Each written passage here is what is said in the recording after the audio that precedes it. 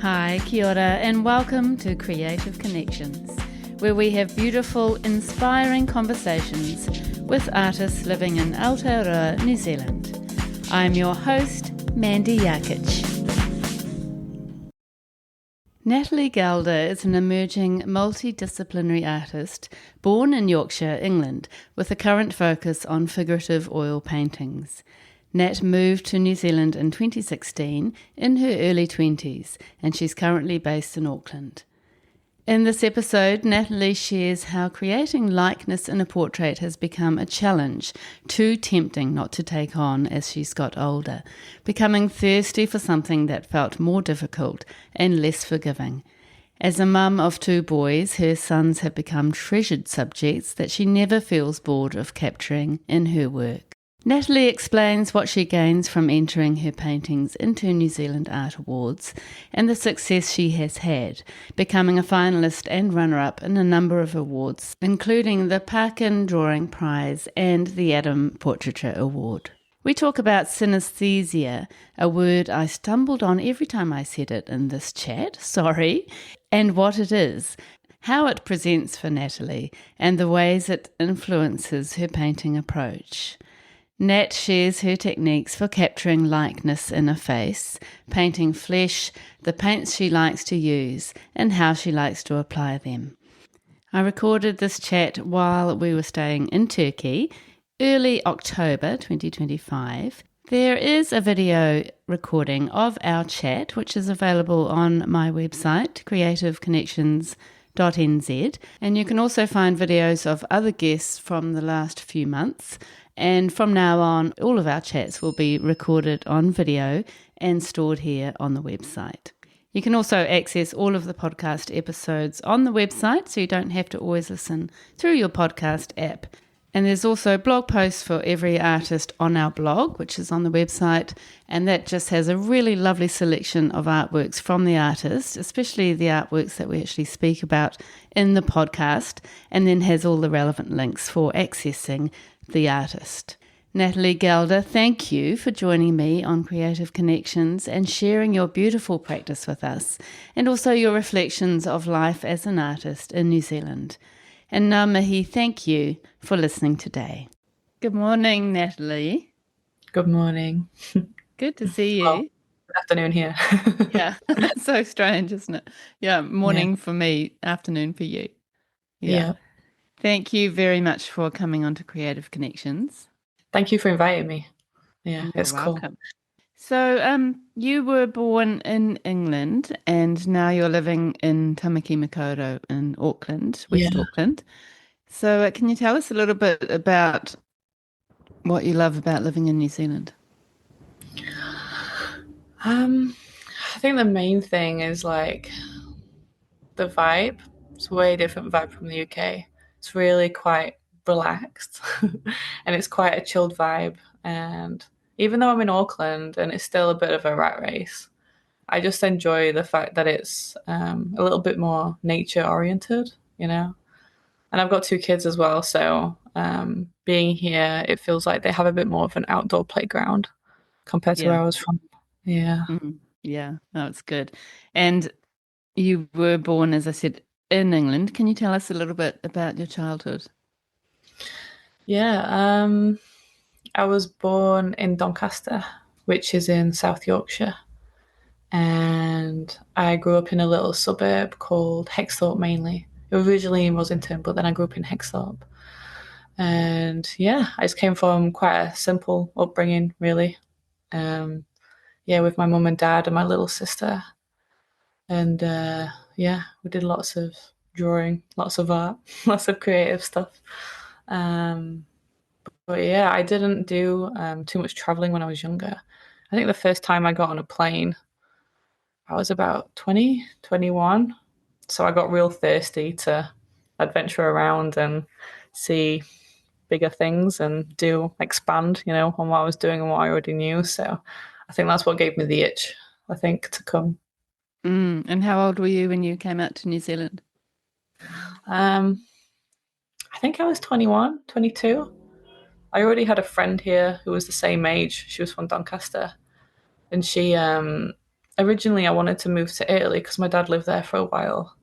But he was just on the end of that and he wanted to come back to the UK. So I already had like the bug and I wanted to get out. And my friend was here and she was like, "Oh, just come to New Zealand." I was like, "Oh, I don't know. It's like the other side of the planet. It's a bit of a jump." I've not lived anywhere else yet. But nah, she was like, "Oh, just come." She actually bought my visa and sent it to my email address. Really? And then and then I came and met her in Queenstown. Yeah, and it went from there. Yeah. Well, Queenstown's a good place to start. Yeah, it's Yeah. really nice down there. Yeah. Yeah, So beautiful. And yeah. I have read that your dad had quite a big influence on you creatively. Can you talk to us a little bit about your drawing on the bus and all those cool things you did with your dad? Yeah, he's really creative. He's done teaching art and stuff while I was a kid. He's a jeweler now, mainly by trade. He does a lot of arty kind of jewelry, contemporary jewelry. But when I was younger, yeah, it was just something nice that we did together. I think he noticed that I had a bit of a thing for drawing, and he knew what qualities would come with the skill building of having the patience, I think, to learn how to draw. So he used to take me, like, we used to go to places, and my parents didn't drive, so we'd like catch the bus or we'd ride our mountain bikes and go to a spot and just draw from life. And like sometimes it was even like in a notepad that had lines on it, or I just used to take a biro sometimes, just like whatever I had. But yeah, Mm, we just used to go down and just draw like bridges or like duck ponds or yeah, the inside of buses or public transport. how Yeah. amazing.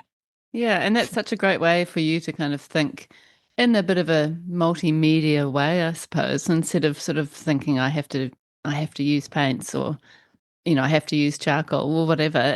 I guess it's Yeah. just that was the beginning of your multimedia practice or your mixed media Yeah. practice. Yeah. I think I'll always love line because of that, because I started with just whatever I could, which was generally just a pencil or a biro or a fine liner sometimes. And I really enjoy doing line drawing for that reason. It was kind of a hard transition out of that, to be honest. That was like Yeah. my bread and butter. So moving to paint was a bit alien. I do Yeah. really enjoy it now, but yeah, it was a really nice base just to because you've got to really simplify form when you're using a pen. You don't. It's yeah. It's kind of like you've got to work with what you've got to simplify it really well to be able to get that texture down and that mark making down with just a pen, with just line. Yeah. Mm. Yeah, Yeah, which is such a great base, such a good place to start. Yeah. yeah. It's got to be accurate, otherwise, yeah. Well, it kind of has to be accurate. You've got to be able to record it to some extent yeah, to that kind of. Trying to think how to word it. To capture what you're Yeah, wanting to yeah, capture. Yeah. yeah, yeah. Yeah, I know what you mean. So how did you Yeah. find high school, when you'd already sort of were into drawing and were sort of had your own style, I suppose. How did you find high school art? I actually really clashed with it, eh? Yeah, I can imagine. I I I think I tried instinctively to keep my the way that I felt about going off of instinct. I tried to keep with that because it served me really well in my mark making and producing my what I felt was my best work. I still enjoyed doing all the different tasks and learning all the different skill application and doing things like that. But I still really enjoyed observational drawing and I loved self direction. Like, I really enjoyed being the manager of my own projects. So I tried to keep that in there. And I think that's where I clashed with it. The teachers were like, there's a mark scheme. You've got to hit these things, and that you're not going to get the marks, regardless of how well you can draw or all these other great qualities that you can bring to the table. You're not going to get the grades that you want to. So yeah, and I didn't actually have a very nice teacher in school. I think she took a bit of a disliking to me because I was so bold about what I wanted to do. Really?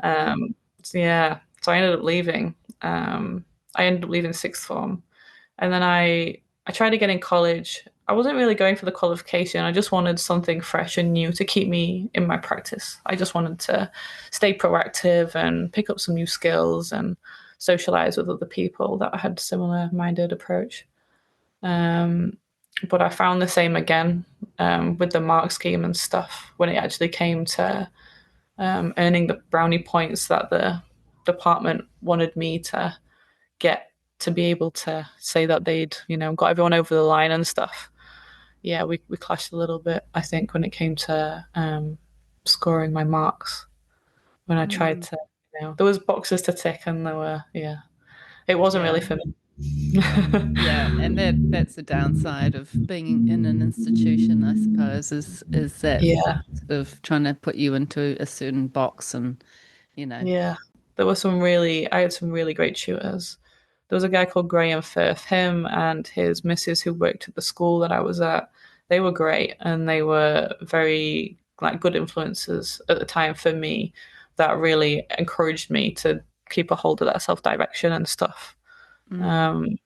Um, yeah, Graham was like a print teacher that I had in college, and he was really cool too. But yeah, unfortunately, some of the teachers that were there to hit the score system weren't best pleased with me sometimes. Mm. Such a shame, isn't it? Were you thinking I need to be an artist, like I'm an artist, like that's what I want to do? How are you feeling? um, I kind of had a break for a bit. My first initial thought was that I was going to have a bit of a break, and then get into Falmouth, hopefully, the Falmouth University that's down south in Cornwall. They were one of the universities that were really based, their course was based on just strictly application. So it wasn't necessarily like having to have your whole ideal about what you wanted to do first and then make the work. You could make the work and then explain it after. And it was more about skill development and stuff and things like that. So I was way more interested in their course. I was going to do that as a mature student if I could get into there based off of skill instead of off of points that I'd collected. That was my idea, but I ended up taking a break for like a good while.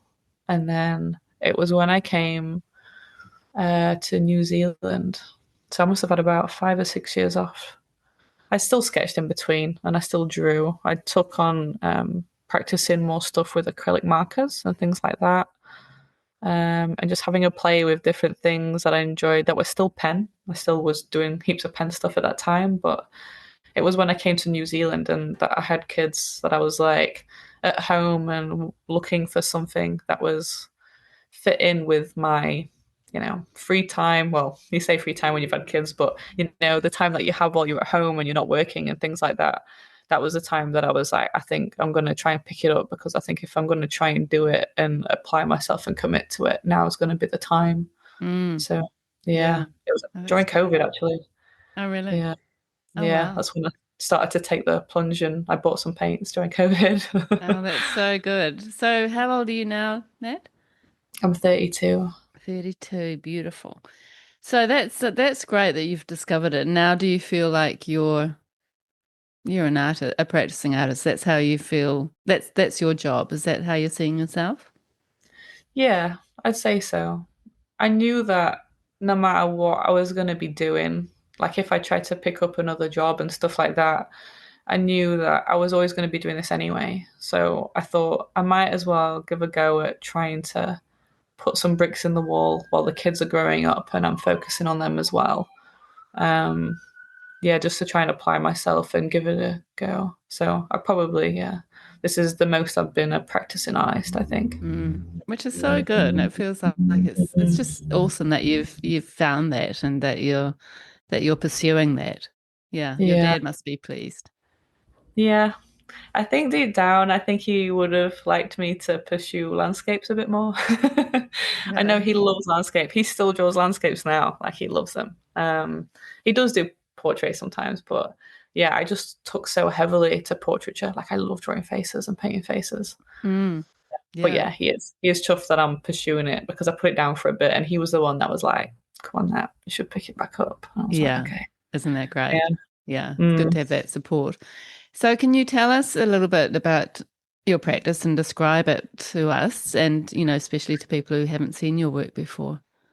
I generally, at the minute, I'm predominantly working in oil paint. I love painting faces and I love capturing people in their essence. I love it to be genuine. I don't like staging stuff. Sometimes you've got to get like a seed planted for a project. You need to set something up, but I find that if I put out into the universe that I want to do something and I have an idea, I'm kind of really relaxed about how it comes about. But I generally will try and gravitate towards portraiture or figurative work, and just like I like working on hard surfaces, so ACM, wood panels, or sometimes on paper, oil paper, with paints. I don't really Mm. like canvas. I find it too fluffy and rough. Yeah. I Yeah. really rarely use canvas. I really enjoy the slickness of being on something extremely firm to get every part of the mark that I'm making. Yeah. Yeah. And how did you actually get into painting? How did that process start? Um, yeah, it was during COVID, and it was actually a conversation that I had with my dad because we had the conversation of, what are you enjoying? And I was like, I really like doing people and portraiture, and I was drawing the kids a lot with pen and pencil. Um, Drawing baby faces is really nice, and it got me all warmed up. And then my dad was like, if you're gonna do portraiture, you should really have a go with oil paints. There's been some really fantastic portrait artists, and they pretty much all give it a go. You should try some oil paints. So I did. I bought some oil paints, and then Yeah. just went from there. And how did you learn how to use oil paints? I mean, did you find it tricky or did you do a course? Uh, now I just gave it a go. Really? Yeah, initially I bought like a multi set from Pebio, but I found that some of them could dull a bit, and I'm a bit of a nerd when it comes to nice things, so I ended up buying like a Michael Harding set, but I just got black and white, and then I got magenta, cyan, and yellow lake, which was a palette used by, I think his name's Colin Davidson. He's an Irish artist. So I just bought a really limited palette, and then I just started practicing. I just gave it a go. Mm, Yeah. that's so good. And now you're like, it just feels like it's the absolute best medium for you. Your oil paintings are so incredible, and it feels like you're just so incredibly talented, and you haven't actually been using them for very long. Um, I think there's a lot of skill transfer from pencil and pen. I think like a lot of it, there's something about as long as you're drawing things regularly from life or painting from life and you're still doing observational stuff. I think because you're having to take that time to break things down a lot and really analyze things, you can transfer that analyzing ability to tone breakdown and stuff. Mm, yeah. I feel like I don't feel like because a lot of people like commented on me using them for a short amount of time, but I honestly think that years of practicing, having to really look and break things down without using any drawing aids, really helped me, break images down in other ways and like have Mm, transferable skills in that way. yeah, yeah, it's so good. Yeah. Yeah, and it all comes down to that sort of observational skills. There's Mm, a car just went past. That's good. yeah. It's pretty busy here on the road. Yeah. So, when you say that you like to draw your children, but you've also drawn other people in your life and Mm. or other people you've noticed, what is your process for selecting your subject? Um, it differs, but I generally I like to have a connection with a person enough so that I know them, and I feel like I've got an essence of who they are. I feel like it's important. One of the main motives for me when painting is capturing an essence of them, um, and people being able to recognize them and feel that it's them from them looking at it. Um, and it just, to be honest, a lot of it seems to be coincidental, or people all really warm to being a model for me. Like I've done one of my friends' Leif twice now because he's just, he's really cool with it. He's handy, he's around. I train with him and stuff, and he's really open to the idea. Um, So yeah, just sometimes I just meet people and I click with them and I'm like, yeah, they'd be cool to paint. Really. And Yeah. what's your process for capturing them in a moment in time? Um, I'll, if I can do, my optimal choice would be to get them doing something that they're enjoying or in their environment or where they feel most comfortable or they feel the most good. And then take a photo shoot, go do a photo shoot with them, take a couple of hundred of snaps probably, over the space of like half an hour to an hour, and then talk to them a bit if I haven't spoken to them much, like talk through the process with them or talk to them about what they like or what they are interested in, and then find my connection with them that I'm going to be putting into the work, like either through like my synesthesia or things like that, based on Mm, yeah, just how I feel about them and what they're like in person. yeah. So speaking of synesthesia, oh my God, I knew I was going to have a problem with this. Synesthesia, is that right? Mhm. Yeah. Mhm. That's obviously quite a big part of your practice and the way you think and the way you work. So could you please talk to us about what that is and then how that comes into your work? And I thought we could perhaps talk about a couple of paintings in particular and how that process has sort of developed with that in mind. Yeah. Um, yeah, I didn't realize that I had it for years. And someone who my dad was working with, he was making a wedding ring with a guy from a printers who used to work in the town we used to live in. And he was explaining it. And I was like, I do that. I see that. And he was like, oh, that's synesthesia. And I was like, Really? really? He's like, yeah. And I didn't find that out until I was probably about, I think I was about 14. I was a bit older. Um, but yeah, he was basically sat explaining the crossover of association between colors and numbers and letters.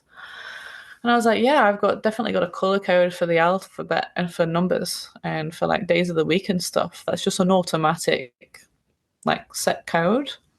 So it's an involuntary crossover of a sensory perception, I guess. So if I see letters or if I see words without really thinking about it, like I can see if they're written in black, but there's like a mind's eye overlay of like, yeah. So Mandy's like orange, red, blue, brownie color, pinky color. So Really? I already have this, yeah. So I already have this like automatic assumption that you're a certain color.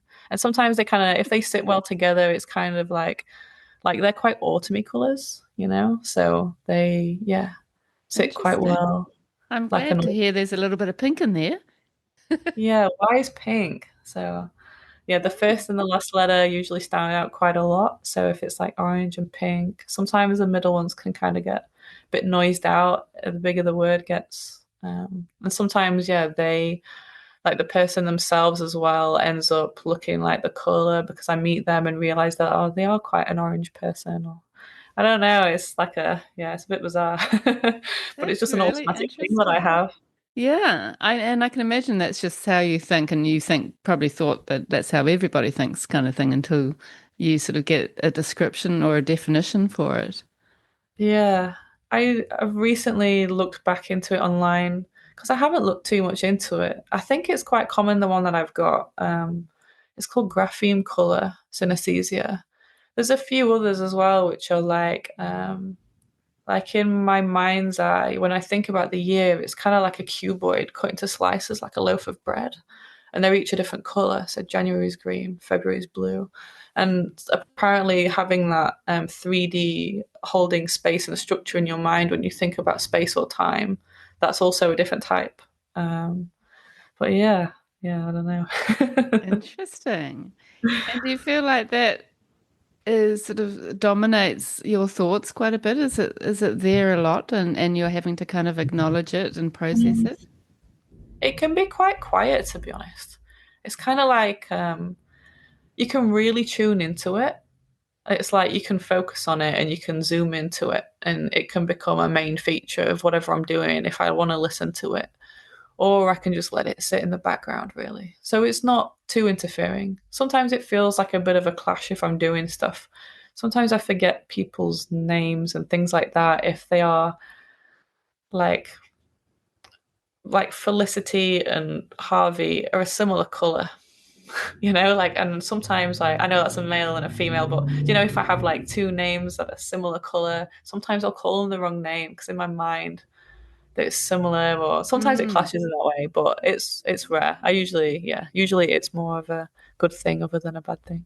that's fascinating. And numbers also are a Yeah, part of it. So how does that work?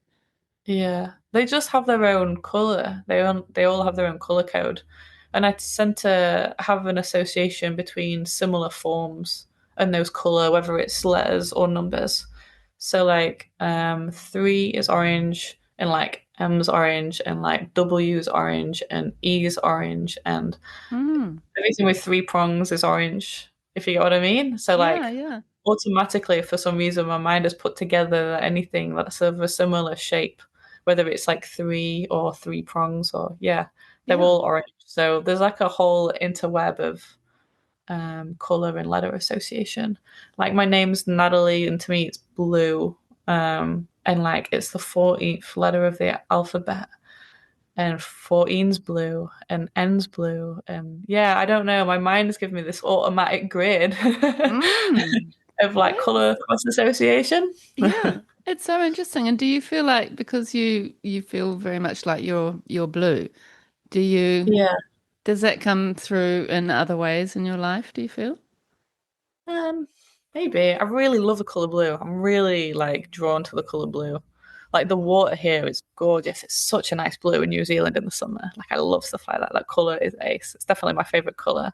Yeah. Um, I'm probably pretty chill as a person, I think. So maybe blue comes through in that way. But Yeah. Yeah, it could be representing emotion as well.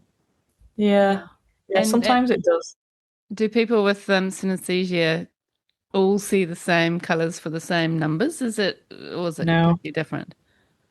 I was looking online recently, and apparently they did a study. I read on this blog somewhere that they did do a study, and there was a lot of people that had similar ones, but they found out that they had the same alphabet toys as a kid. So like they had the same VTech alphabet, like A's red, B's blue, and like a lot of the people that had the same color association, yeah, they had similar toys as a kid. So they think maybe it's an early development thing. I remember that I used to. This is really silly, but when I was little, I used to draw four really big on the wall in the back of my grandma's shop in blue pen. And I remember being like, I've done it in blue because four is blue. And I remember that being really little. So I must have had it since I was writing numbers and Yeah. letters. Yeah. Fascinating. And there's so many different elements too that I mean it's not really a condition, is it? How I'm not sure how you describe it, but I don't know. yeah. But there are lots of different Yeah. versions of it, which is interesting as well. Yeah, it's really multifaceted. I think it's having more connections over those parts of the brain. I think that the color, I could be wrong, but I'm pretty sure that the color, numbers, and letters are quite close together in the brain and the parts, the regions, the way you think about them. And I read somewhere online that the chances are you've got more neural connections over those sections in the brain where you're crossing association, and that's why, yeah, you've got more neural pathways over those areas. So you have an Mm. automatic assumption. Could be wrong, but that's yeah. I read online Mm. that that's a probability That of makes why sense. Yeah. So it'll be really interesting to talk about how that comes through the work that you make.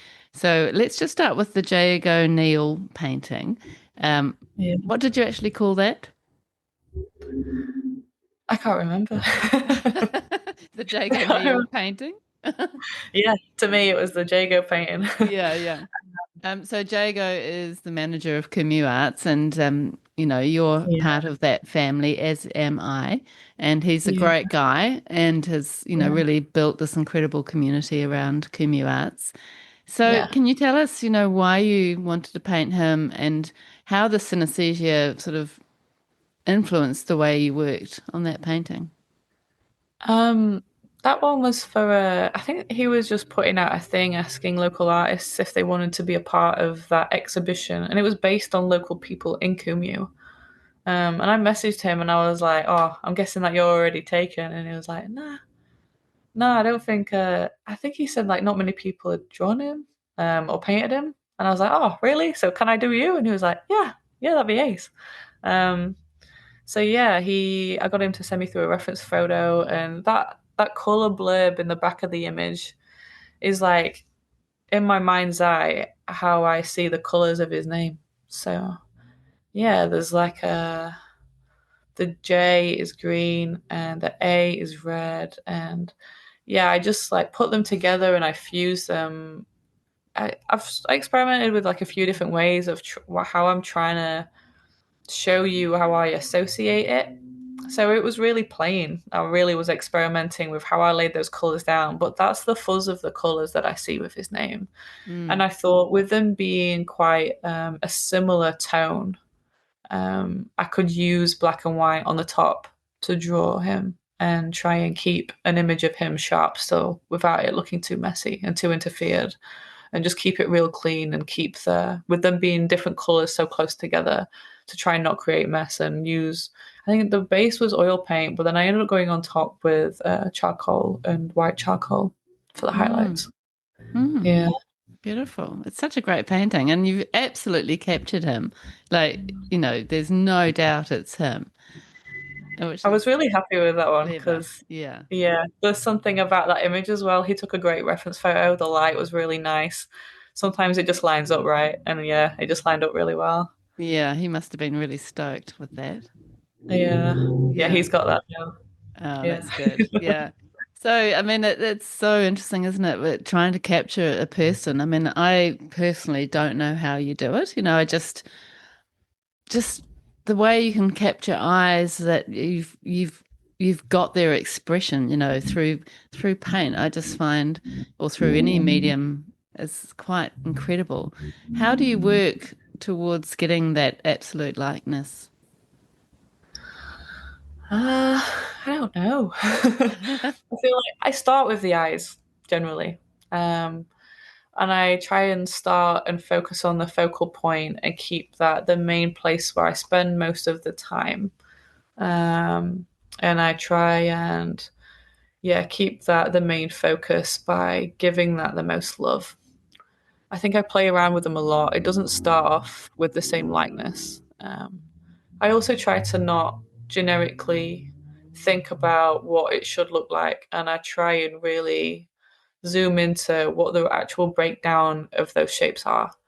So just be real honest about what's actually there instead of what I think should be there, if that makes Mm, sense. yeah.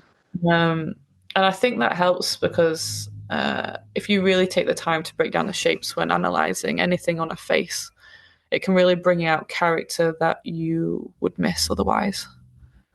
Mm. And you Yeah. use a photo, like, do you actually do any sort of transference or gridding or anything like that, or is it just purely from looking at the photo?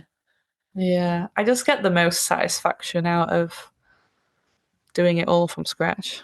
That's the love of it, I think, for me. It was like a strong thing with my dad as well. My dad was like, "You can do it. I know you can do that. Like, I would prefer you to put the work in now, because then when you're older, you're going to be able to just do it. You won't need to use anything." Mm. So, as you can imagine, they didn't all start off looking great. But yeah, over time, with a bit of practice and understanding how I enjoy breaking the image down and referencing it, yeah, Mm. got there eventually. So amazing. I've got so much respect for people who can do that so beautifully as you do. And can you talk to us about how you get the skin so perfect? I mean, I feel like the way you paint skin or flesh is it's not like it's unique, but there's something quite special about the way you capture that. I'm not sure, to be honest, because I wasn't classically trained in any way, so I'm not sure how you're supposed to paint skin. um, but I just keep going. I just keep working on it until I feel like I've hit a point where I'm happy. I I generally try to I've got lots of different ways about it as well. And each time I paint, sometimes it changes depending on what I feel like the painting needs for me to get there. Sometimes I'll do like a bit of a block in and then I'll refine that. Where other times I'll just blot each tone as it comes.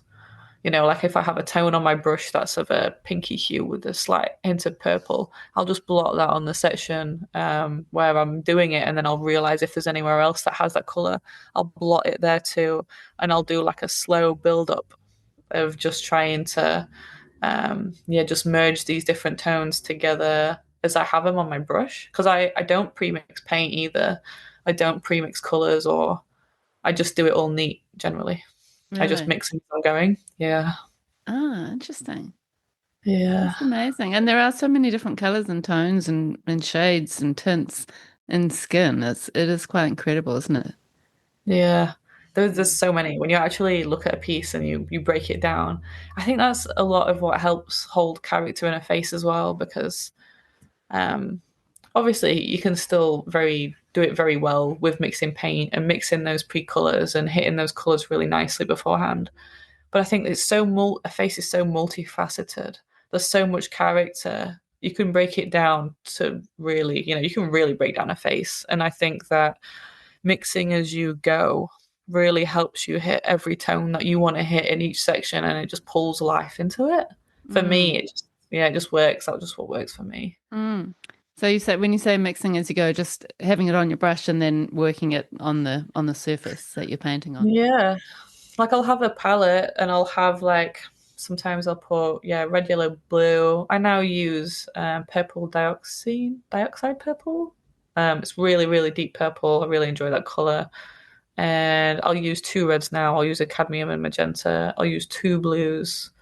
Sometimes I use Naples yellow, the genuine one from Michael Hardin. It's a really nice color. It's really expensive and it's I think it's quite dangerous. I think it's made out of pure lead, Really? but it's a beautiful color. You just can't capture light on skin the same as what you can with that. I can't anyway. I've tried. It's a really beautiful color. But yeah, I'll just get those colors out on the glass palette, and as I see the color on the skin, I'll just try and mix it, and then I'll just move on to another one, and then I'll mix that one, and then I won't pre-mix like a whole lot of different colors. I'll just wing it as I'm going. Mm. Amazing. Wow. Yeah. So clever. And but just speaking of the synesthesia again, do you does that have quite a big influence on the way you work for every painting, or are you showing those colors for every painting? Um, I've started to more now with my work. I think I spoke to a lot of people about it, and they were like, "Why are you not like using that?" Like it's quite. I think I had more of an interested response from it than I thought I was going to get. I thought to other people it would just seem quite confusing and quite messy. So at the start, a lot of what I was doing was just practicing using the paints and understanding how to get these flesh tones down. But now I'm starting to just try different methods of getting those colors in there. I quite enjoy doing a colored wash of the colors of the person underneath the painting. Like the last one I just did for Art in the Park of Leif, because I see Leif as being predominantly orange. I did like a underpainting. I actually did that with spray paint. I did like an acrylic spray from a dark orange to a light orange. And then I did a gesso wash on top, sanded it a bit to make sure it had enough tooth. And then I painted him on top of that, trying to Mm. leave some of that orange coming through. Mm. Yeah, I mean, Yeah. it feels like it is so much a part of you that it's nice Yeah. to bring it into your work. Yeah, I'm trying. I feel like initially some of the experiments that I did could seem quite messy. Some of them worked. Like sometimes if I use pencils, I enjoy using colored pencils a lot still because I like the, using pen and pencil thing. Um, Sometimes it looked quite messy, but it worked out quite well on the one that you saw at Kumu, I think. The Yeah. one of Leif. That actually used the full palette. I actually made the palette on the side of the work. So there was like a grid so you could see the colors that I'd use. But I Mm. used the green because he does jujitsu. I train at the same club. We do jujitsu together. But to me, jujitsu is bright green. So I did the background green, and then I did the blob of him on top orange, and then I drew him in the palette of.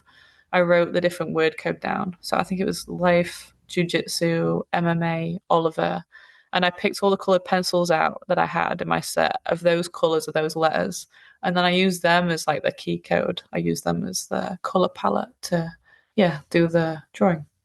That is so clever. It's so interesting, isn't it? I mean, I always thought it was more about when you look at somebody, you sort of see colors, but it's not really about that for you. It's more connected to the letters, do you find? Yeah, yeah, it is. I tend to think of people of colours, but it's predominantly originating from their name usually. When I know Mm, what their name is, that's when it solidifies, if you get what I mean. Yeah. So it ends up making it becomes a part of their character to me. yeah.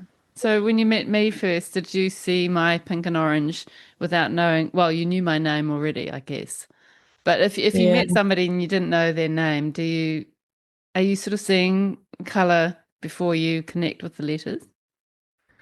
Sometimes I do, and then it changes when I find out what their name is. Sometimes I Mm. associate them with a colour and or I think that they're a certain colour, but then yeah. I don't know why that is. I think maybe sometimes that's through just me picking up on certain things. It's like Lucas, my son, like his name is Yellow, but to me he is yellow anyway. He's just quite a bright, energetic personality. He just seems Mm. quite yellow. Mm. Um, yeah. You actually came across as quite yellow when I met you, and then when I found out what your name, it darkened to more autumny colours. Really? Yeah. Interesting. Ooh, Yeah. I like the sound of being yellow. It's a beautiful colour. Yeah, it is. Not that I ever wear it, but it's has good connotations, doesn't it? Yellow. Yeah. Yeah, for Yeah. sure. Yeah. So that leaf paint, the painting of your friend Leaf is very striking in that it's got the sort of the bright green and the orange, and it's quite unique in that way, but then you've really captured him as well. So that Yeah. was that for the Kimmu Art Awards? Yeah. I think Yeah. I did do that one specifically for that one. Yeah, Yeah, for that and that's awards. called tenacity. So we'll put these photos Yeah. of these works on the blog post. And then you also did another work which I thought was quite interesting called Construct, or Construct, not sure exactly Yeah. which construct. And that was oil on charcoal. And I thought that was a really beautiful one too. And I read in your Instagram that you say, I love using what's only really necessary and seeing what it really takes to be able to communicate my point. So Yeah. that one was interesting in that you painted in parts, but you left a lot of blue and then a lot of sketching as well. Mm. So what are you thinking about that and that idea of leaving parts out and only capturing the important bits? Um, I think I spent a lot of time when I was learning how to do observational drawing and painting.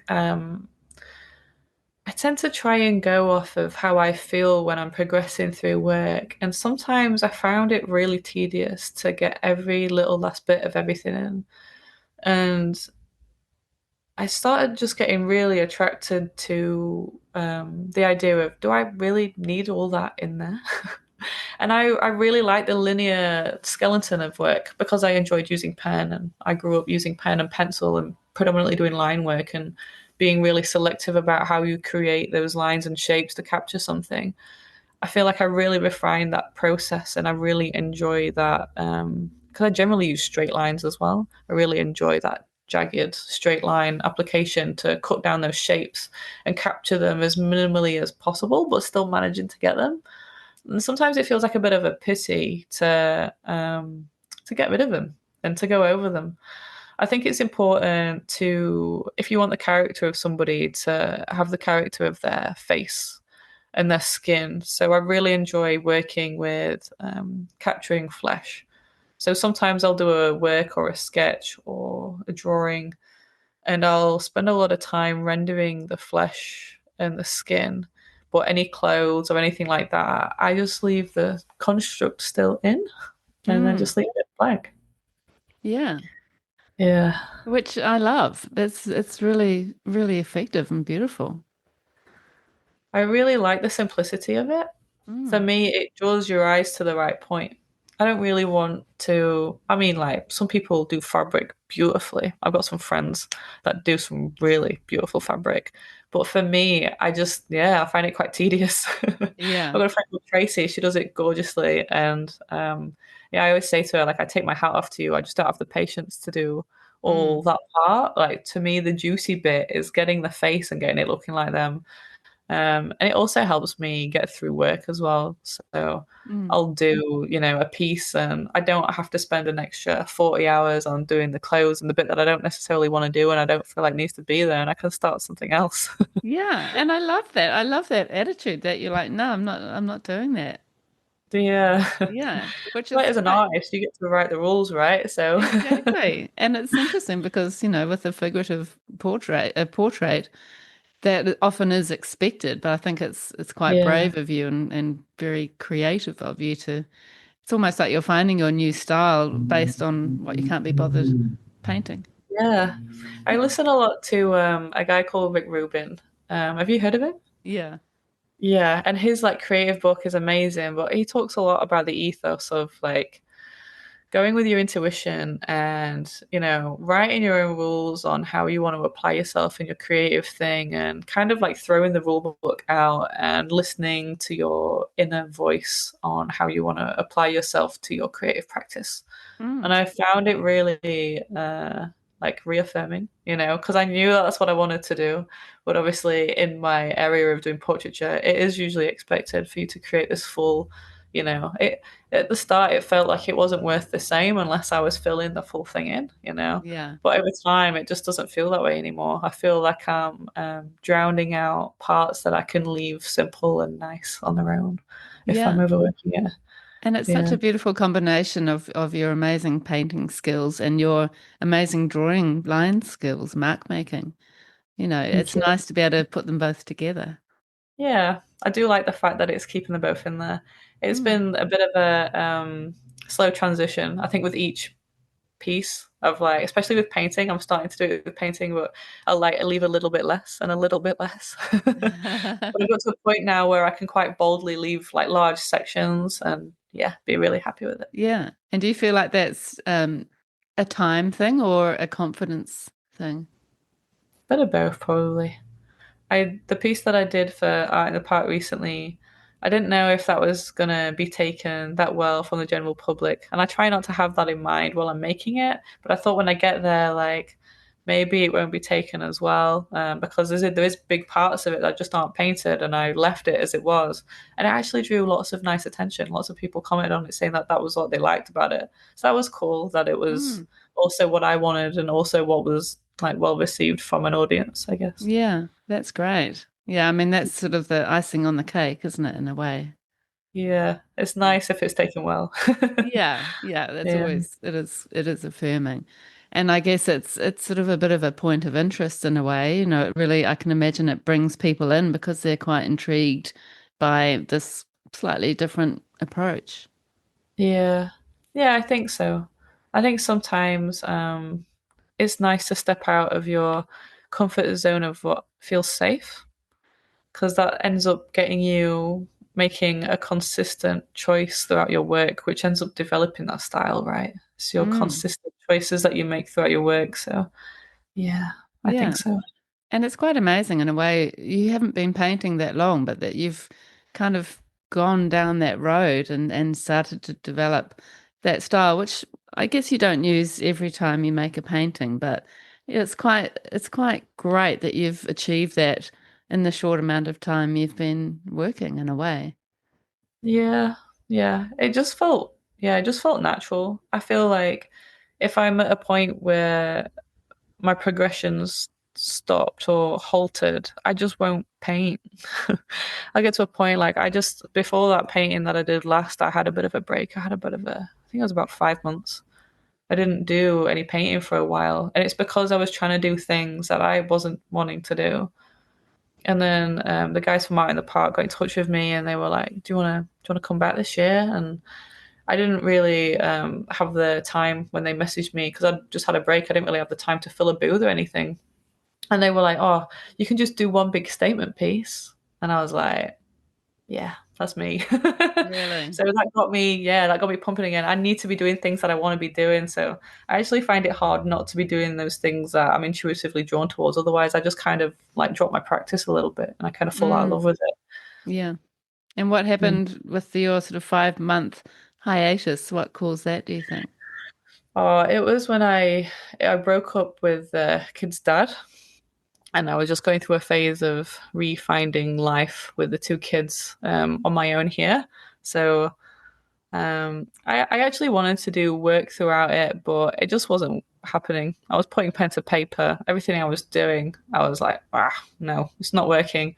And I realized that this was probably just a good time to have a bit of a breather. I just had a bit of a good run um, the year before. I'd had a good run with like comps and things like that, and did heaps of socializing and things like that. So I thought, yeah, I'll just take a break out and then I'll come back to it when I'm ready. And yeah, I feel like the Yeah. universe sent me a sign to pick my brushes back up. Yeah, that's so good. And often it's about sort of accepting that, you're going through other stuff. You've got, I am sorry to hear that your relationship ended, but it's as an artist, it's about acknowledging, what's happening with yourself and accepting that maybe Yeah, it's not the best time to be making. Yeah. yeah. And coming back from that, I feel like everything I'm doing now is just feeling really great. I feel like I needed that break. And Yeah. so many other artists that I spoke to about going through that have said the same thing. They were like, sometimes you just need that pause and you come back and you're like, oh, everything's just going so much nicer. It feels nice to be back, kind of thing. Yeah, that's so good. Yeah, Yeah. And great that you're back. And yeah, you have done a lot of life drawing, which really sort of fits with the way you think and like to work with your observational drawings and that kind of thing. Um, yeah. can you tell us about how life drawing has really helped with your practice? Oh, it's great. I love life drawing. I should do more, to be honest. I feel like that should, if I could, I would predominantly just do life drawing other than working from references. Because I feel like it's a really honest, it's a really honest practice. Nothing really pulls apart your ability to produce work than um, being, yeah, just really honest with yourself and working from life other than from a reference or anything that's been broken down for you in any way. So yeah, Mm. there's a guy called Mark Whippy. He does like drawing courses and stuff, but he organizes life drawing and life painting classes, which are really cool. And yeah, he does like a 3 hour sitting sometimes, so we can go and paint from life, which is quite hard to find. There's not too many people that want to do it, I don't think. So it's really cool to go down with him sometimes and paint Mm. from life there. But it just helps. It helps sharpen up those skills real fast, like faster than you think. Eh? Like you put yourself in a hard position. Like yeah. I think when you throw yourself in the deep end, you learn to swim. You've got to learn how to Mm. do it when you make yourself do something quite hard. Yeah. And do you have that approach that some people have of just drawing fast drawings, like drawing after drawing after drawing, or are you more like trying to perfect one Um, work? I probably try and hit the whole span. I try and do a bit of everything. Like it's good in the life drawing sessions because the ones that I do with Orion, we start off with like a 2 minute pose, 5 minute pose, 20-minute pose. And I like the variation because it pulls out completely different work. My last piece is completely different to my initial one. So I think they're all important. I think that being able to do a fast one and being able to also do a carefully rendered one, I think it brings different skills to the table and they're all really applicable. Mm. And can you Mm. use those drawings sometimes as a sort of starting point for a painting? I haven't, but I've recently thought about that. I've thought about the idea of drawing my drawings and using my drawings because I think I was actually sat sketching my own work when I was sat out at the park. Like we had a bit of a minute before everyone was coming in, and I was sat sketching it. And it's quite funny how when you draw your own work that's already broken down, you become very gestural. And I quite like the idea that it's creating more character with even more simplicity. Like ideally, I think as an artist, I'd love to get to a point where I can really refine down. So I use minimal marks and I use minimal strokes. And I think that's where I want to go. I want to be able to produce the best work with as little application as possible. I find that really skillful. People who can, draw and paint from life and use very minimal lines, very minimal running out. I think that's like the coolest skill. Like I would love to be able to refine that. Mm. Yeah. Yeah, well, it's nice to have a sort of something in your mind of where you'd like to head with your practice, I suppose. And I feel like Yeah. already in the last, 5 years, your work, you can see how it's evolving. Yeah, Yeah. which is cool. I read that you said it's hard to find the line when you aren't trying to prove your worth through skill application. And I find that quite an interesting idea that, as an artist who's capturing um, somebody's personality and, seeking that true likeness, that balance Mm. between your sort of expression, creative expression, and then also showing how skillful you are with your painting and your drawing to capture that exact face or that person. What did you mean by that? Repeat the line to me again. It's hard to find the line when you aren't trying to prove your worth through skill application.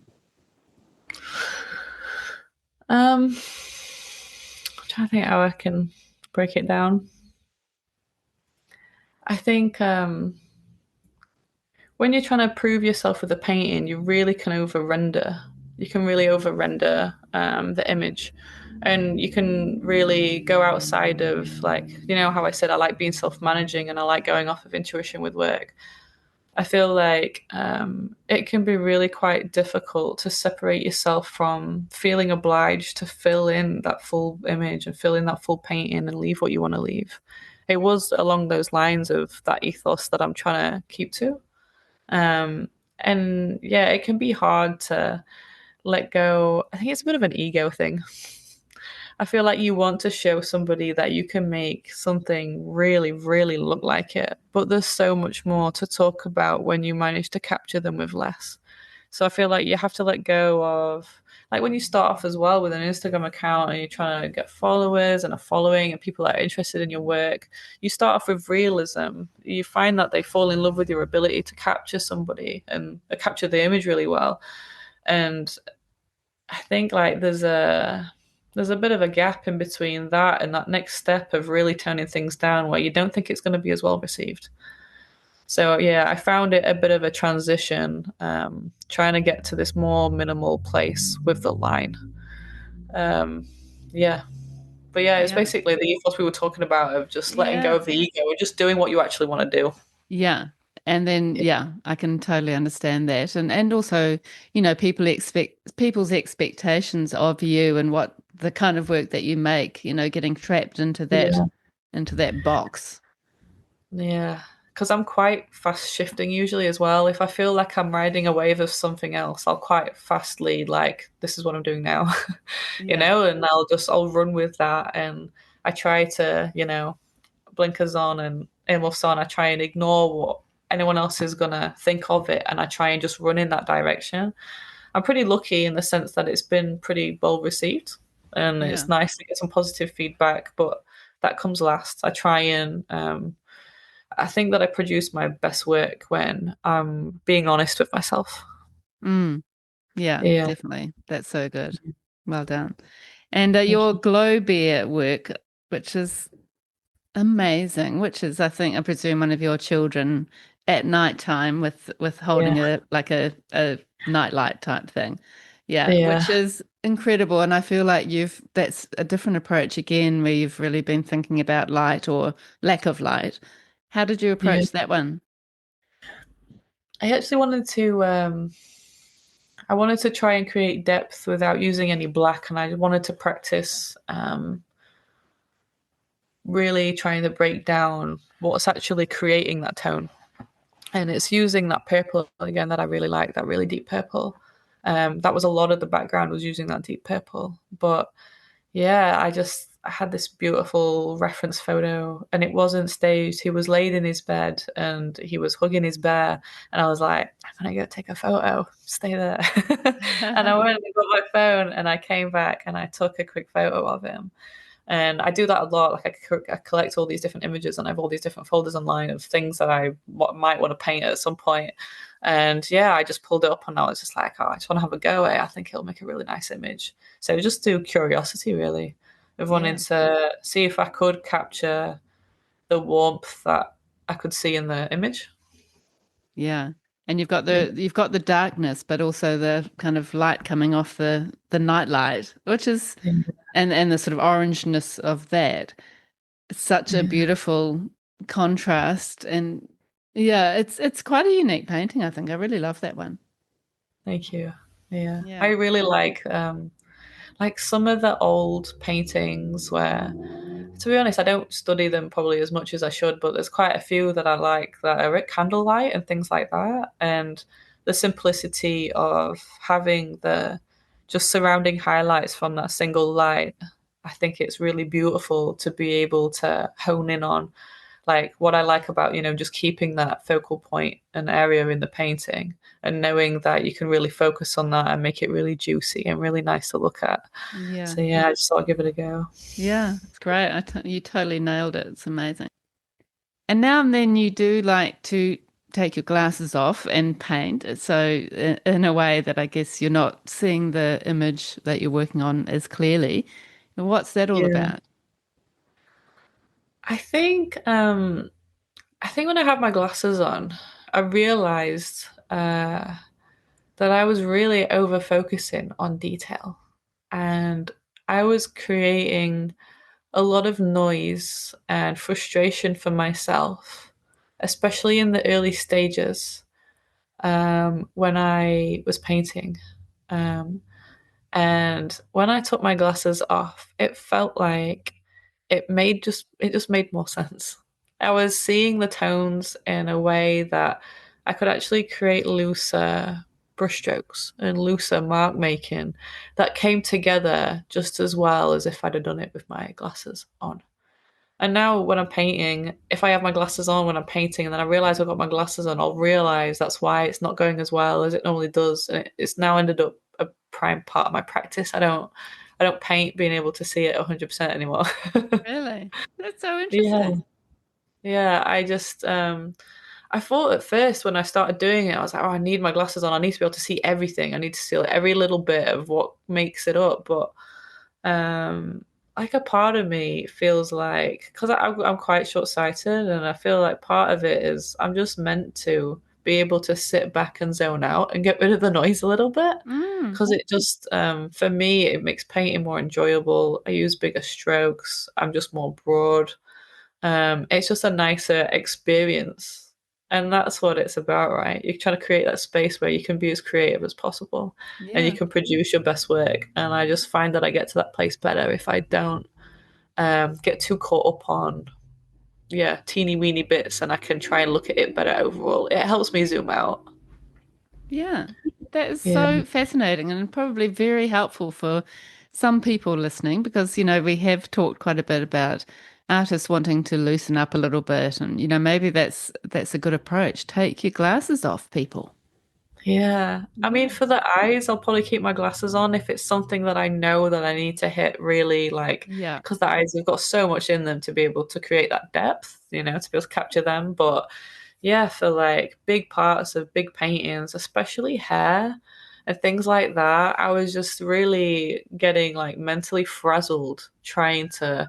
I was like breaking it down, but then seeing another way to break it down and seeing another way. But then I took my glasses off, and it's almost like the tones just made more sense. And yeah, I think there's like I went down to go paint with the guys at the dye studio in Wellington last year, and they were using like a tool. Ben was using like a tool that was like a reflective thing that the old masters use at like towards the end of the painting to see if the tones were like, and it simplifies the tones. And I Yeah. feel like it's doing a similar thing. I take my glasses off and it's simplifying the groups of tones for me. And it's, yeah, helping me be a bit clearer about it without getting too caught up. Mm. And that's great Yeah. that you can actually do that, that you're allowing yourself that freedom in some ways. Yeah. Another one of these rules that I'm trying to not have and Yeah. just do what feels right when I give it a go. Exactly, totally. And I think Yeah. it's brave in a way. I mean, some artists would like to get there, but just can't quite allow themselves, So it's great that you're doing that. I feel like even when you're playing though, no one needs to see it. No one needs to see you experimenting. And the good thing about painting is you can do it and it can be horrible and you can make these mistakes and you can just paint over it. Yeah, exactly. I think you need to. I think if you're not willing to make mistakes, then you're not gonna put yourself in a position where you can experiment to your full extent of seeing what potential you've got when it comes to playing, I think. Yeah, so true. And Yeah. you are very good at entering things that I think push you probably and challenge you. Yeah. Things like artists on artists, which was Mm. an amazing event where artists are painting other artists, Yeah. and then all your work was showing up and sort of like they said, linking like a chain, which I think that's a really lovely concept. Mhm. So, can you tell us briefly about that opportunity, and then maybe we can talk about art in the park as well. Yeah. Yeah, Lindsay reached out to me. She's been doing it for a while, I think. I think she does in between Auckland and Wellington, but she's really cool. She's really nice.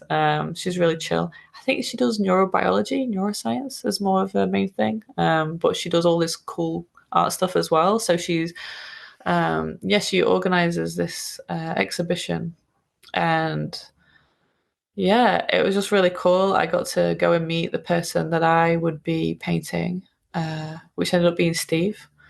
He Steve works Love at Steve Elam. Steve Lovett? Yeah, Yeah. yeah, yeah. Yeah, I actually went over to his place and we sat and the process that we spoke about earlier of me getting to know them and because I didn't know him beforehand, she just got us all in touch with each other and yeah, we got to like hang out. I also met Jalal who drew me and yeah, I just spent time with both of them and got to know them a little bit. I actually took a small video of Steve and I sketched him while I was there from life while he was chatting about his stuff and his creative practice and what gets him ticking. He's got a really cool ethos on how he works. It was really refreshing talking to him. But yeah, so then I got those references to work from, and Jalal got the ones from me for his drawing, and yeah, we got to do the exhibition together.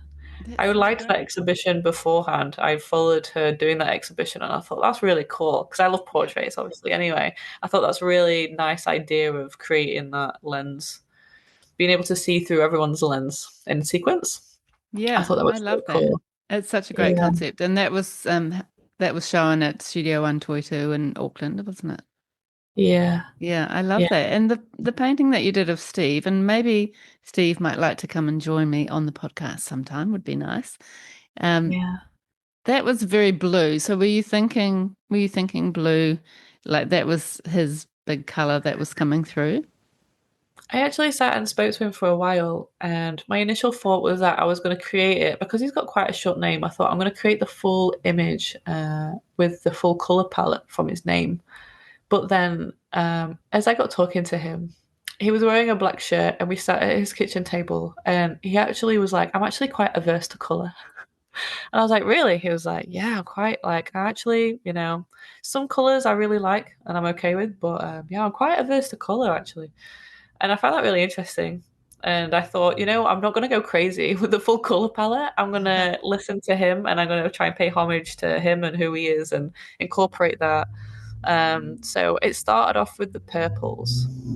I tried to use the purples, and the V is like a grey blue. So I thought I'm going to run with that palette and I'm going to try and keep it quite purpley and keep those more, just less vibrant. It still ended up quite vibrant, but in a more downtone kind of way. There wasn't like bright oranges in there, which E is orange to me. So I didn't throw in those random bright colors that would feel really chaotic for him. I tried to keep it quite subtle. Yeah. It's an incredible painting. Yeah, it's amazing. And what did you end up capturing him doing?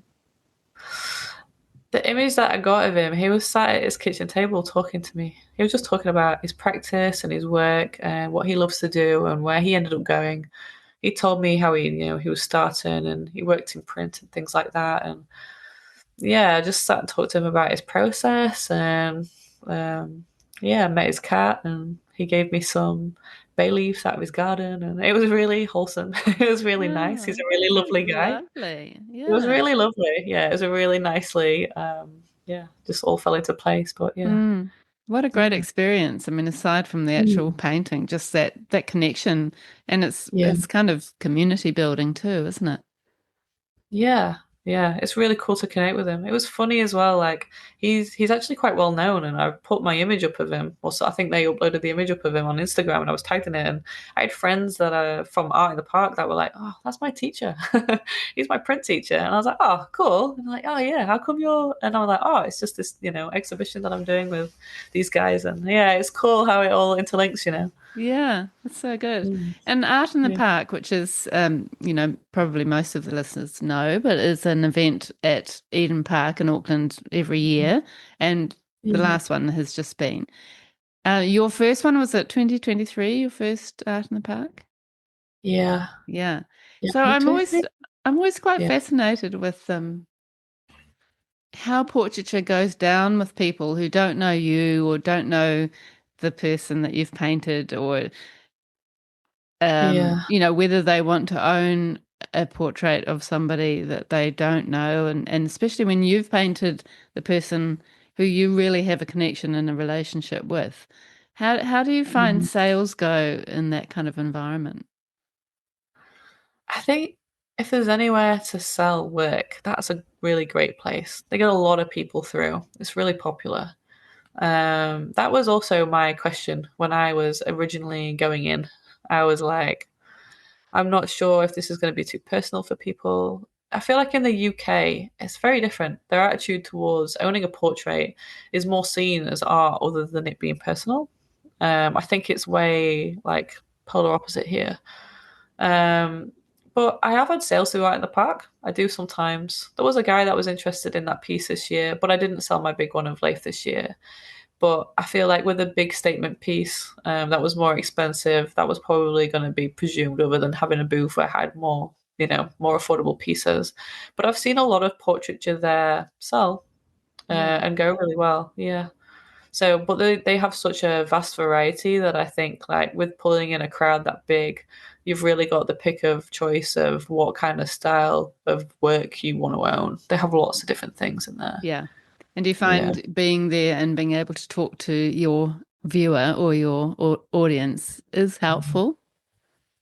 Yeah, it's nice. Yeah, it's really cool seeing who wants to buy your work because I find that I have a really mixed bag. There's been some people that are really interested in me as an artist, and they'll follow my work and follow me on Instagram. And sometimes they're an artist themselves that are just getting into it, and they like it because they like my application. And then like other people, like I've done portraits of animals one year. They did well at Art in the Park, and one of the guys who bought a Gurnard painting that I had, I tried to give him a business card, and he was like, "Oh no, thank you, love. I just want the painting," and he didn't know who I were, or it's like I just want the fish, and then he left. Fair So enough. yeah, I just have this real mixed bag, but it's actually quite cool because I think in your mind you fill in the gaps. So it's actually really cool to see that you don't actually know who's going to be your buyer and you don't know who's going to be interested, and things that you might not like that much, someone might love. So it gives you a bit more confidence of putting your work up for sale, seeing how many people actually take to your stuff. Yeah. And it's such a great way to connect with other artists, isn't it? Yeah, it's a really nice bunch that are there. They do Mm. swap out the artists each year so that you get a variety each year that you go to the show. But there's some that are regulars. Like there's a team that I generally am around when I exhibit there because I went in through the King's Trust. So we like this year that we went in, we had a sponsor with MAS, and they sponsored our area, which was really really nice of them. And Mm. the So what artists does that that I what sorry, what does that mean if they sponsor your area? they paid for our stand. Oh, So that's they good. sponsored our space. We had a room upstairs. So yeah, I think I can't remember how many artists were up there. Maybe like 10 to 15 artists were up there. maybe like about 10. But yeah, there was a decent group of us, and there was like a room upstairs in the show, and we had our own section. And yeah, they paid for our booths or our statement piece area, and they were just really supportive and really lovely. They actually yeah, they went all out on being super lovely, and they all came to talk. I think that's a bit of a concern sometimes as an artist, that you feel like your sponsors and the professional side of things might not be your crowd. And that Yeah. was probably my concern, is that I wasn't going to be able to jam with them very well, and they weren't going to be my people. But they were super lovely. They were really kind. They even brought us a packed lunch one day to make sure that we'd eaten in the show. They were Really? really nice. Yeah, they That's were so super lovely. nice. And how Yeah. do you get sponsorship? Were you approached or how did that work? Art in the Park messaged me and said that yeah, the MAS Insurance were gonna be sponsoring an area this year, and I was one of the emerging artists that came through the King's Trust, so they offered me a spot, Mm, which was really nice okay, of them. good. Yeah, that's Yeah, brilliant. super lucky. That's really lovely. And you have entered quite a few art awards, some of them like through Kumu Arts and Mm. Waitakere Art Awards, which is, I guess, the art awards in your kind of West Auckland area, Yeah, but also the Adam Portrait Award you've entered, haven't you? yeah. I think Yes. that was one of the first ones. Adams was probably one of the first ones that I entered. Yeah, and Parkin. I like ones that are I try and hit ones that are like focusing on portraiture and stuff, but I do tend to try to hit a few other ones. I think initially it was giving me a good motive to have a focus with my work of making sure that I'm constantly producing so that I had pieces to put in. But I think now I'm more producing work and then finding where to put them other than making a piece for the competition. Sometimes they've obviously got specifications for the entry conditions, like I think Adams still has to be painted other than drawn, and there's things that you have to hit to be able to enter into them that you have to bear in mind. But yeah. But you feel like it's a good way to kind of keep you moving. Is it something that you want to continue doing, do you think? Yeah, I think I'll try again this year. I think it was a good way for me to just reach a wider audience quickly. Like my networking went pretty fast as soon as I was getting into the finals of ones that were getting some really cool established artists in, because yeah, we just kept in touch on Mm. Instagram. Like there's groups now that I still keep in touch with and I talk to. Sometimes I go and see and I paint with them, and yeah, it's just really cool. It's really nice to Yeah. have a really similar bunch of people as well to bounce ideas back and forth with that I That's do sometimes. great. Yeah, it's so good, and Yeah. probably even more so for you because you're on the other side of the world from your family and where you grew up, and you've Yeah. got your kids and you're doing that. You've got that's always pretty full on looking after Yeah. your kids, and yeah, it must be a real support for you and your practice to have those kind of connections. Yeah, it's nice. It just feels like you have a bit of a broader depth, I guess, in the field other than you just swimming alone, I guess, in the pool. Yeah, exactly. And I just find that they're really nice people. Like the people that I'm still friends with now, like the guys from Wellington that I exhibited with in the finals like years ago. Like I still talk to some of them now. I still speak to Sam regularly, and yeah, like Tracy. There's been a few things that we've been in the finals together, and we still speak regularly. She has an exhibition coming up, and that's going to be portraiture based with one of her friends. I can't remember how you pronounce her name, Carlisle, I think. I think she's going to be on the podcast soon, actually. I think she's spoken to you. Yes, I Uh, know who you mean. Yeah. but yeah, I'm good friends with Tracy, so it's really cool to keep in touch with her, and we still bounce ideas back and forth. And yeah, she's doing that exhibition soon, so it's nice to be able to redo Mm, something with her again. And yeah, it's yeah. nice. Yeah. Is there anything that you struggle with in your practice? Um, I think the main thing that causes friction is probably finding enough time in one sitting to get into a flow. I think that's my main issue right now.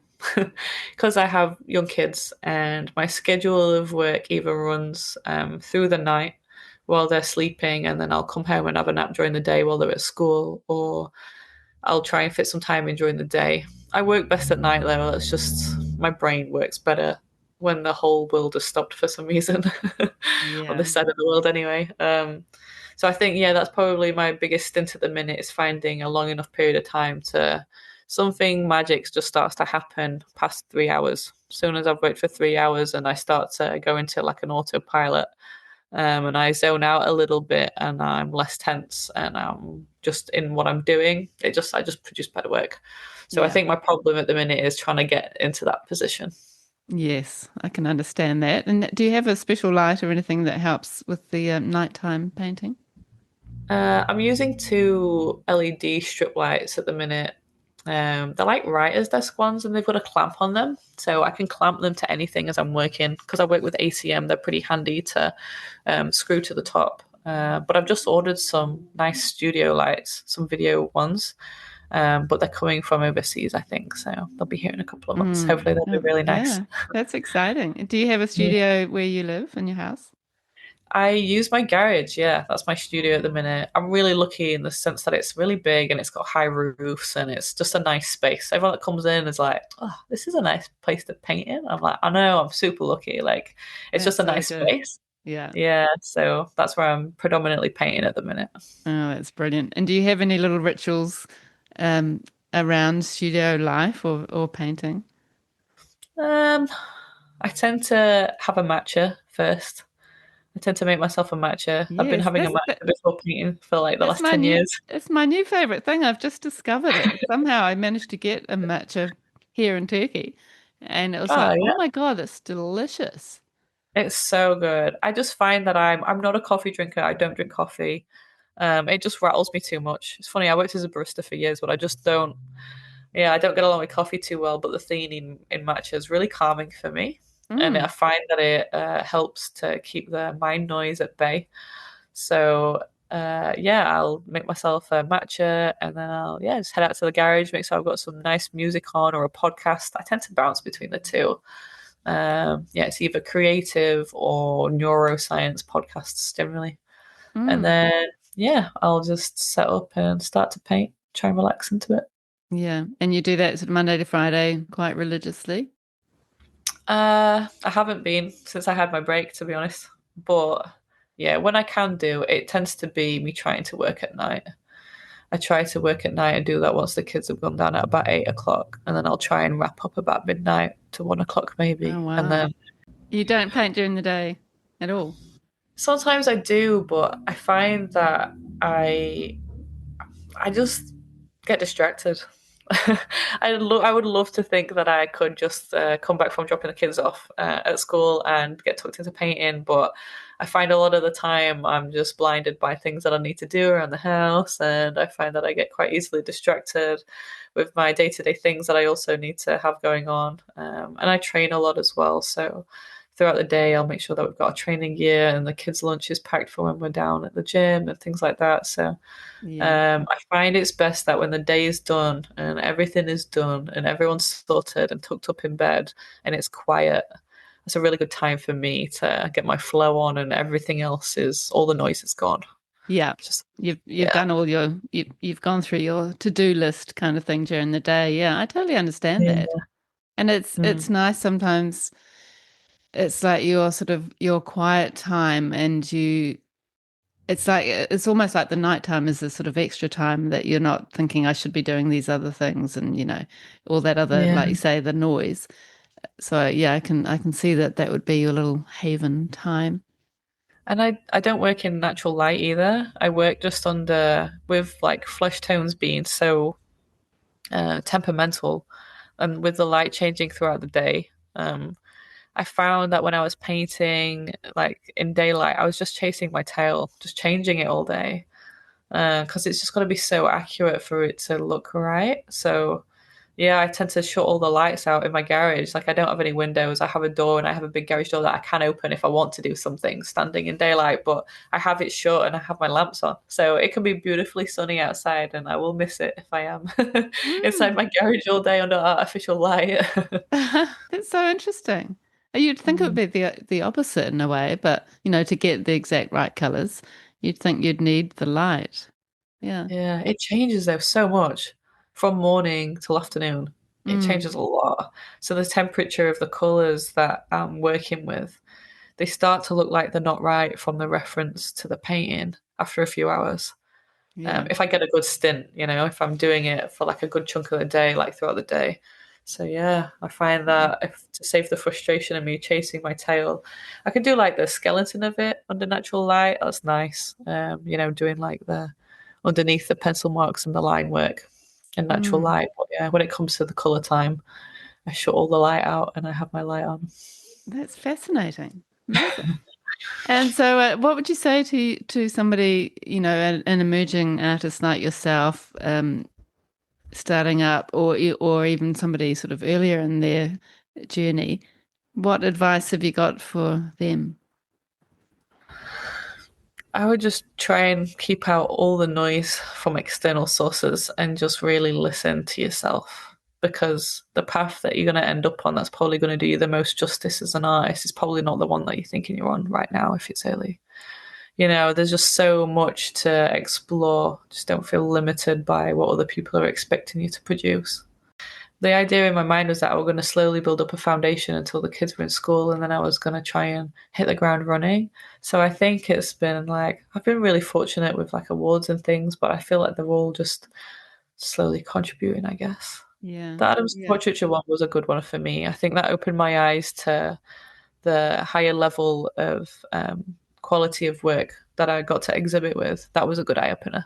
Actually, Yeah. going down to Whirly into the National Portrait Gallery and meeting the other artists who are regular contenders who do really well, who make beautiful work. That was probably the biggest eye opener. Mm. Yeah. That's great. And it's amazing that your work is being, you know, shown in that kind of in that platform and to that level. You're doing so Yeah. well with your work. And what or who inspires you in your work? My dad's a big one, as you probably would guess. I think he's the thing that keeps me going because he taught me some pretty good values of being consistent with something that you know you're never going to reach the finish line. And it's a constant journey of evolution, and you're never going to stop growing, and you're always going to get better. So he's a big influence in that sense that even if I'm in a place where I'm stuck, I know there's a bigger picture that I'm working within. Um, and there's heaps of artists that I like, but probably it sounds really cliche, but being around my kids, and I'm constantly analyzing how gorgeous they look in certain things and situations and stuff. It sounds really generic, but like I take a lot of photos of them in situations that just everyday life and how it would make a beautiful portrait. So having them around constantly keeps me thinking about how I can make fresh, nice work with different perspectives as they evolve. Mm, that's beautiful. And what Yeah. a wonderful record of your kids' younger lives. Yeah. Yeah, it's pretty cool to record them in that sense. I guess it's Yeah. putting them through my lens, right? Yeah, absolutely. It's Yeah. beautiful. And I think it's so lovely that you've got that connection with your dad and he's all the way through, really. He's given you that amazing foundation at the beginning and then continues to support you like that. And I did see that you sent him a sketchbook or a book of sketches, went off to Yeah. dad. So Yeah. is he really interested in what you're up to? Yeah. Yeah, he always wants to be updated on what I'm doing, and yeah, he's always very encouraging of me to be constantly progressing and not to stand still, and make sure that I'm pushing myself and challenging myself to be doing things a little bit too far out of my comfort zone to make sure that I'm stretching and growing, which is Mm, nice. that's great. Yeah. Yeah, a bit of a mentor in your life, I guess. Yeah. Yeah, He lovely. does that within his own work. Like he did used to draw and paint a lot, but now he's doing a lot of jewelry stuff and stone cutting, and like he's always doing these cool projects and stuff. So it's nice to Mm. have an example around me of, you don't need to be doing a 9 or 5 if you don't want to. You can actually try and pursue what you love if you want to. Yeah, exactly. And Yeah. what's coming up in the future for you, Nat? Um, this exhibition with Tracy is coming up, which is cool. I'll be working towards that. I think I'm going to do another painting soon. I'm thinking about entering the Adam's Portraiture Award again. It's been a while since I entered it. I think I've put a few more tools in my toolbox than I had the first time, so come with some different, fresh work, I think. Um, yeah, I'm gonna have a go at painting myself naked Yeah. and like doing some random things that all the cool artists from the past have done. And yeah, I think it's just a really honest way of like stretching yourself and challenging yourself. And yeah, I've got lots of just like random little projects like that that I just want to have a play with. So good. And we haven't talked about your self-portraits, but there have been quite a few self-portraits popping up here and there. I started off initially doing a lot. I think it's because it's easy at the start because you have yourself as a model. You know, when you don't have many other people at the beginning, or you're feeling a bit sheepish about painting other people, because you have to have the right person who will accept your work, right? Because some people want to be painted in a certain light. So it can be quite conscious being an artist and asking someone to model for you. So in the beginning, yeah, I did paint myself a lot, but then I got kind of bored of it. I love that. Yeah. I love the idea of, yeah, that would be quite raw and powerful work, I imagine, capturing yourself naked. And I love the one I, of you with the toothbrush in your mouth. That's you, isn't it? yeah, Yeah, I yeah, love that one. Are you yeah. trying to express certain things through capturing yourself? Uh, I'm just trying to be really honest. I feel like I just resonate better with everything that I'm trying to hit goal wise, and like how my work looks and the audience that I'm trying to reach and what I'm trying to, create, if I'm just as honest with myself as possible. So if I like a reference, but it's really quite raw, I still try and do it anyway.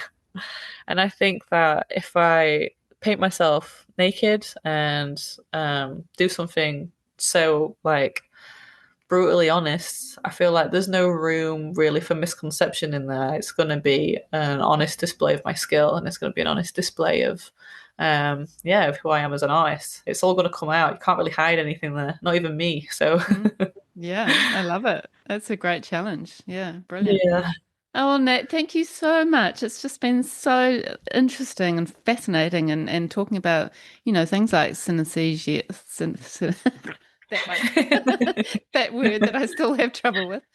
It's really fascinating. I've never really talked to somebody who has that and lives with that and responds to that. So that was really interesting. And yeah, I just think your practice is incredible. I feel like you're going to go so far. So thank you so much for being on thank Creative you. Connection. Thank you for having me on. Thank you.